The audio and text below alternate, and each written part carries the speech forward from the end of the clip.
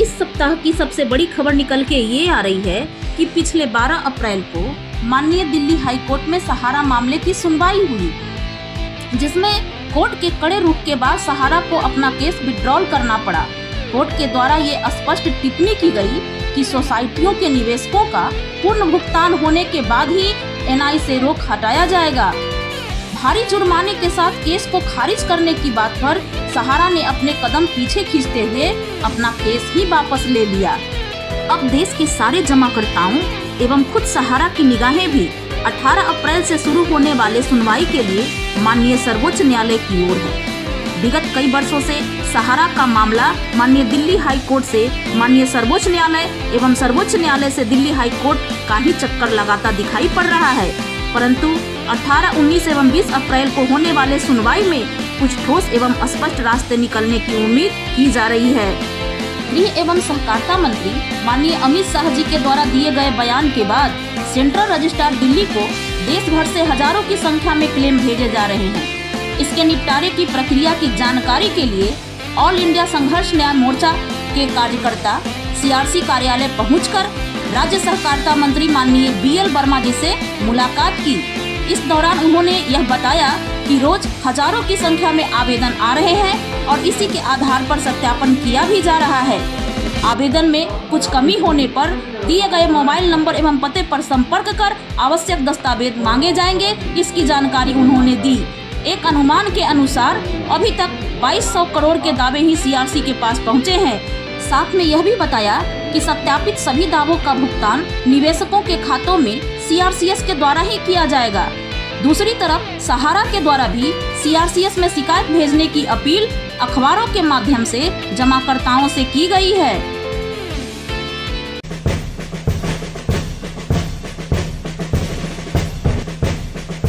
Hello everyone, welcome in my channel Soumya for Sahara.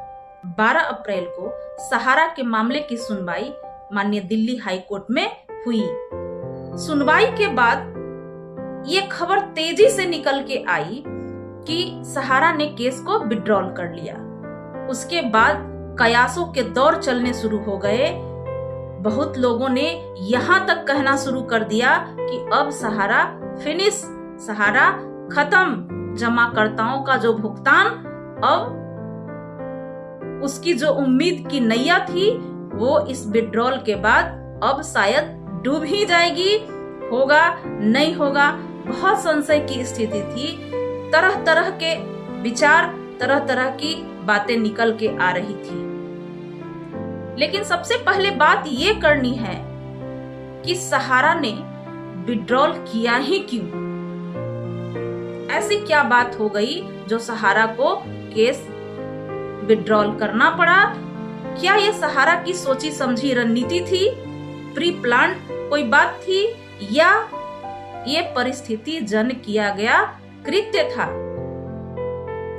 12 अप्रैल को जैसे ही सुनवाई शुरू होती है, सहारा इंडिया के द्वारा जैसा कि पूर्व से कहा गया था, रोड मैप देने की बात कही गई थी, तो सहारा इंडिया के द्वारा एक प्रोपोजल दिया जाता है।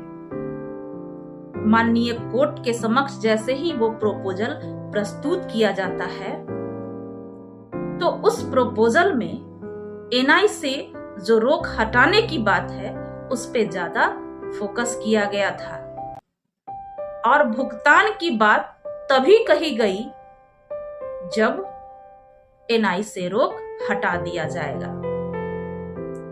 आज इस दौर में जब माननीय कोर्ट के तरफ 13 करोड़ जमाकर्ता से लगे 65 करोड़ जनता, या अप्रत्यक्ष रूप से कहें तो पूरे देश की निगाहें जब माननीय कोर्ट की तरफ लगी हुई हैं और सरकारी हस्तक्षेप भी हो चला है, तो इस भारी दबाव में सहारा के द्वारा वही पुराना रटा रटाया प्रोपोजल दिया जाना माननीय कोर्ट को स्वीकार नहीं हुआ और उस प्रोपोजल के देते ही माननीय कोर्ट ने कड़ा रुख इख्तियार कर लिया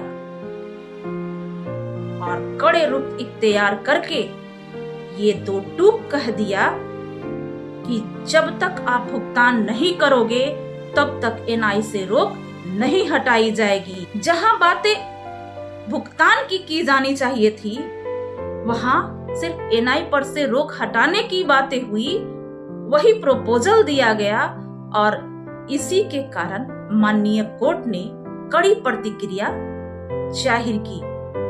उन्होंने यहां तक टिप्पणी कर दी कि एनआई से रोक हटाने की मामले की अगर दोबारा सुनवाई होगी, अगर ऐसा कोई मुद्दा निकल के आएगा तो भारी पेनाल्टी के साथ केस को खारिज कर दिया जाएगा, डिसमिस कर दिया जाएगा।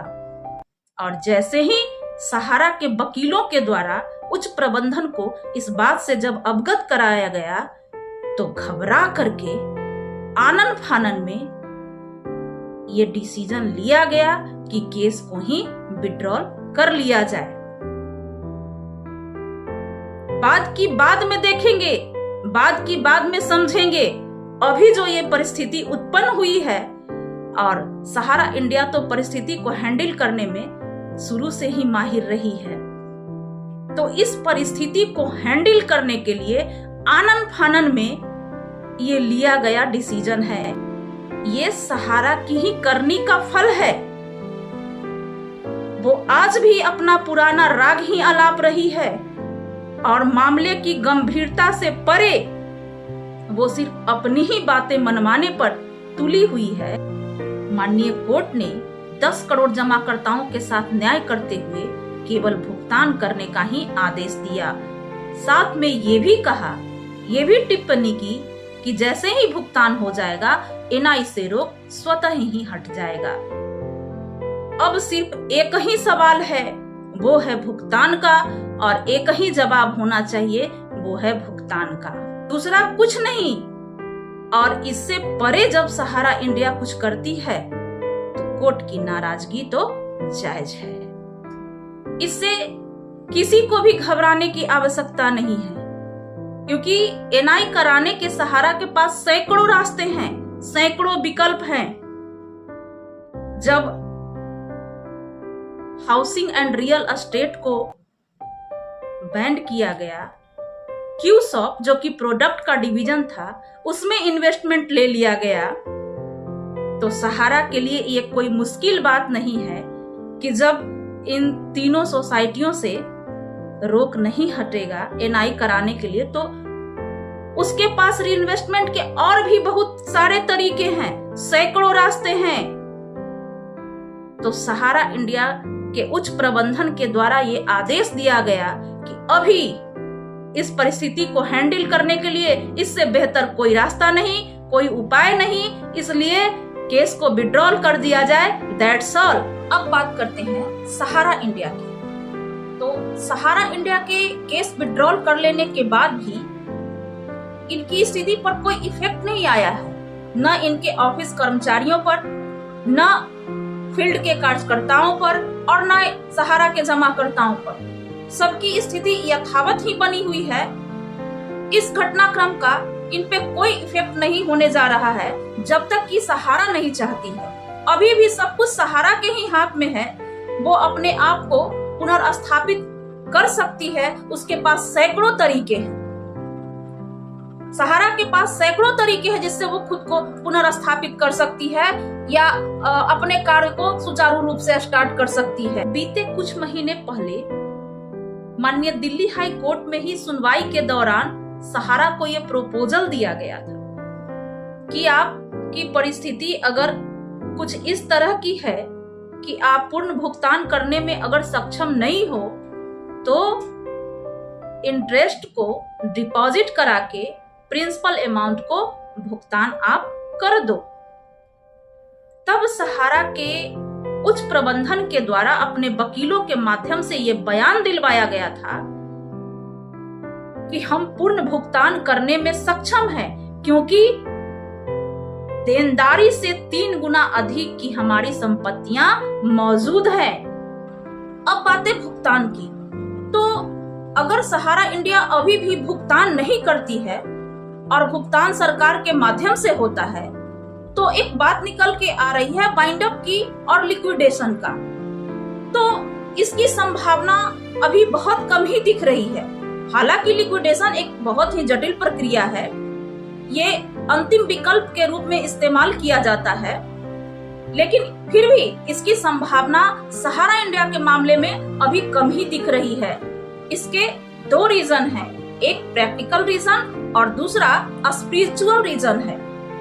तो प्रैक्टिकल रीजन ये है कि जब किसी व्यक्ति के पास अपनी देनदारियों से अधिक की संपत्तियां होती है तो वो व्यक्ति हो या संस्था कभी भी लिक्विडेशन की प्रक्रिया में जाना पसंद नहीं करेगा, कभी भी वो जाना नहीं चाहेंगे, क्योंकि उनकी कैपेसिटी है अपने देनदारियों को निपटाने की, इसलिए इस प्रक्रिया में कभी भी वो शामिल होना नहीं चाहेंगे। इनकी प्रॉपर्टियां इतनी हैं, इतने कागजात माननीय कोर्ट में भी जमा कराए जा चुके हैं, जिससे कि उनको धन कुबेर की उपमा दी गई थी। तो ये तो स्पष्ट है कि सहारा इंडिया के पास इतनी परिसंपत्तियां हैं जिससे जमाकर्ताओं का भुगतान आसानी से किया जा सकता है। इस लिहाज से लिक्विडेशन में जाने की जो प्रक्रिया है वो शायद सहारा इंडिया को मंजूर नहीं होगी, इसकी संभावना बहुत कम ही दिखती है। दूसरा स्पिरिचुअल रीजन, वैसा व्यक्तित्व जिसे व्यक्ति नहीं व्यक्ति से ऊपर का दर्जा दिया गया हो, मान सम्मान के श्रेष्ठतम शिखर पर बैठाकर ईश्वर तुल्य वंदन किया गया हो, कार्यकर्ता जिनके चरणों को छूने के लिए बेताब घंटों लाइन लगाकर इंतजार करते रहे हों और उनके चरणों को छूकर खुद को कृत महसूस करते रहे हों, वैसा व्यक्तित्व जीवन के अंतिम पड़ाव पर अपने लिए ओछी और निम्न उपमाओं का प्रयोग बर्दाश्त नहीं कर पाएगा। निम्न स्तर की उपमाओं से संबोधित होना और धरती से इस संबोधन को लेकर रुखसत होना कोई भी व्यक्ति नहीं चाहे। जब साधारण से साधारण मनुष्य को यह एहसास हो जाता है कि अब हम जीवन के अंतिम पड़ाव पर हैं, तो वो अपने बुरे कर्मों को भी सुधार लेना चाहता है और सहारा प्रमुख उच्चतम व्यक्तित्व के स्वामित्व वाले व्यक्ति या व्यक्तियों से ऊपर व्यक्तित्व, ऐसा महान व्यक्तित्व धरती से इतना बड़ा दाग लेकर, इतने करोड़ों बद्दुआएं लेकर शायद रुखसत होना नहीं चाहेगा, जबकि उनकी कैपेबिलिटी है भुगतान करने की।